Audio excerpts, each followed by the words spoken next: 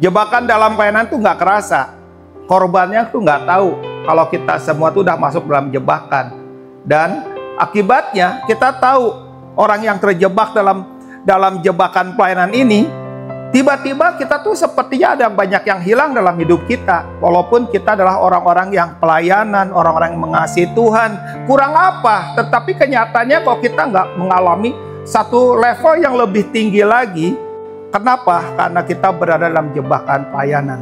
Nah, di sini dituliskan tentang perumpamaan tentang anak yang hilang. Kita semua tahu cerita tentang anak yang hilang. Bahwa ada dua anak.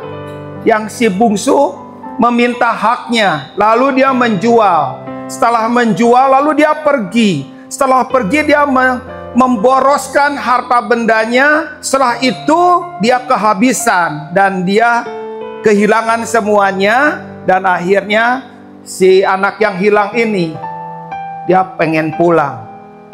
Setelah pulang, si anak yang hilang ini dipestakan oleh ayahnya. Dan yang sangat luar biasa, kisah tentang anak yang hilang ini, kisah tentang anak yang pulang. Kalimat pulang ini, kalimat yang penting.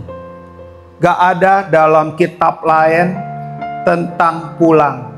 Pulang itu adalah cerita di mana orang meninggalkan dan sekarang pulang. Kitab Pulang itu adalah kitab yang luar biasa. Ayahnya pada saat itu melihatnya dari jauh. Apa yang terjadi? Dia mengenali itu anaknya. Dan ayahnya tergopoh-gopoh mengejar anaknya yang hilang itu. Kalimat tergopoh-gopoh itulah yang menjadi hal utama dalam kekristenan. Karena begitu besar kasih Bapa kepada dunia ini, dia serahkan, dia biarkan anaknya terhukum, dia biarkan anaknya disalib untuk kita. Dan harga penyaliban itu adalah harga yang teramat mahal. Pada zaman penyaliban, itu adalah tentara Romawi yang menjajah banyak tempat, banyak suku, banyak bangsa. Dan ada begitu banyak penyaliban terjadi di zaman itu. Tetapi saya katakan hanya satu salib yang paling berbeda di antara semua salib yang pernah ada. Kenapa? Karena putra tunggal Bapa itu yang disalib. Dan pada saat itu alam semesta berubah. Yang tadinya terang benderang itu menjadi gelap seketika. Dan itu gelap segelap-gelapnya. Peristiwa itu peristiwa yang mengubahkan. Kenapa? Karena seluruh dunia, dosa seluruh umat manusia tertumpah kepada salib itu.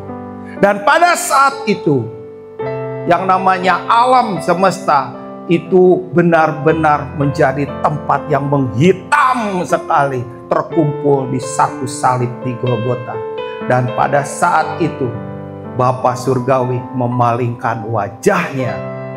Dan apa yang dilakukan oleh Yesus? Apakah dia menderita waktu dihianati, waktu dijual, waktu ditampar, waktu dia dicambuk, waktu dia dipaku? Itu penderitaan. Tapi penderitaan terberat bagi Yesus adalah ketika papahnya, ayahnya, Bapa Surgawi memalingkan wajahnya kepadanya. Memalingkan wajah dan itu tidak melihatnya lagi. Pada saat itu ada suara yang berseru di kayu salib. Eloi, Eloi, lama sabatani. Tuhanku, Tuhanku, kenapa dia tidak memanggil Bapakku? Dia memanggil Tuhanku. Karena pada saat itu dialah orang paling berdosa. Walaupun dia nggak pernah lakukan dosa. Mengapa engkau meninggalkan aku? Itu peristiwa yang paling menyakitkan bagi Yesus di kayu salib. Karena dosa manusia. Itulah peristiwa yang luar biasa. Itu cerita tentang ayah yang tergopoh-gopoh mengejar anak yang hilang itu.